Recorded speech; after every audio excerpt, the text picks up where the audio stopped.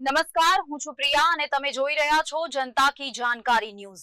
નજર કરીએ આજના સમાચાર। ચાણસ્મામાં પત્રકાર એકતા પરિષદનું જિલ્લા અધિવેશન યોજાયું હતું, જેમાં પત્રકારોના હિત, સુરક્ષા અને એકતા જેવા મહત્વપૂર્ણ મુદ્દાઓ સાથે 10 લાખના વીમા કવચની સેવા પણ પત્રકારો માટે ખાસ ચર્ચામાં રહી। અધિવેશન બાદ બહુચરાજી હાઈવે પર પગપાળા યાત્રિકો માટે ઠંડા પીણા કેમ્પનો પણ પ્રારંભ કરાયો હતો। સમગ્ર કાર્યક્રમમાં પત્રકાર એકતા સાથે સમાજ સેવાનો સંદેશ પણ મજબૂત બન્યો। ચાણસ્મા ખાતે પાટણ જિલ્લા પત્રકાર એકતા પરિષદનું જિલ્લા અધિવેશન અને પત્રકાર મીટિંગ યોજાઈ હતી, જેમાં મોટી સંખ્યામાં પત્રકાર મિત્રોએ હાજરી આપી હતી। અધિવેશન દરમિયાન પત્રકારોના હિત, સુરક્ષા, એકતા અને કલ્યાણલક્ષી સેવાઓ અંગે વિસ્તૃત ચર્ચા કરવામાં આવી હતી। કાર્યક્રમમાં ગુજરાત પત્રકાર એકતા પરિષદના પ્રદેશ અધ્યક્ષ લાભુભાઈ કાત્રોડિયા સહિત સામાજિક, રાજકીય અને અગ્રણી મહાનુભાવો ઉપસ્થિત રહ્યા હતા। ઉપસ્થિત આગેવાનોએ પત્રકારોની ભૂમિકાને માત્ર સમાચાર સુધી મર્યાદિત નહીં ગણાવી, પરંતુ સમાજ અને જનહિત સેવા સાથે જોડાયેલી જવાબદારી તરીકે વર્ણવી હતી। અધિવેશનમાં ખાસ કરીને પત્રકારો માટે ઉપલબ્ધ 10 લાખના વીમા કવચની સેવા પણ ચર્ચામાં રહી હતી। પત્રકારોના હિત, સુરક્ષા અને તેમના પરિવારની ચિંતા સાથે સંગઠન કાર્યરત હોવાનો સંદેશ પણ કાર્યક્રમમાં આપવામાં આવ્યો હતો।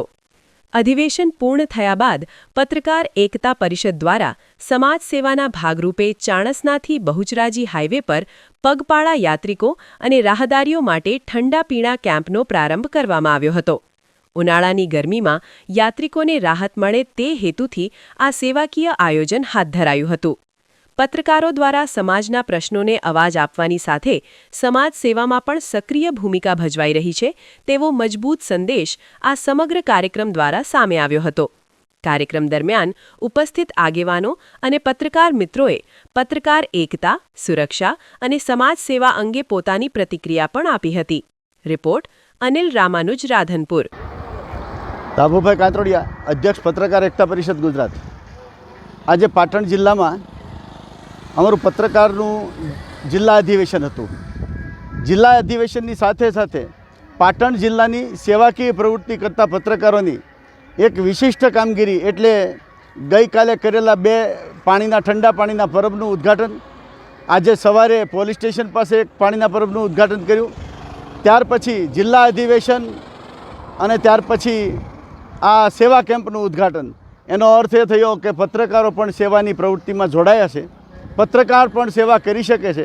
પત્રકાર સંગઠન એક એવી સંસ્થા બની છે કે ધીમે ધીમે પત્રકારોને સેવાના માર્ગે ચડાવી રહી છે અને એનો ઉત્કૃષ્ટ દાખલો દઈ શકી પાટણ, કારણ કે પાટણ ઘણા સમયથી આવી સેવા કરે છે।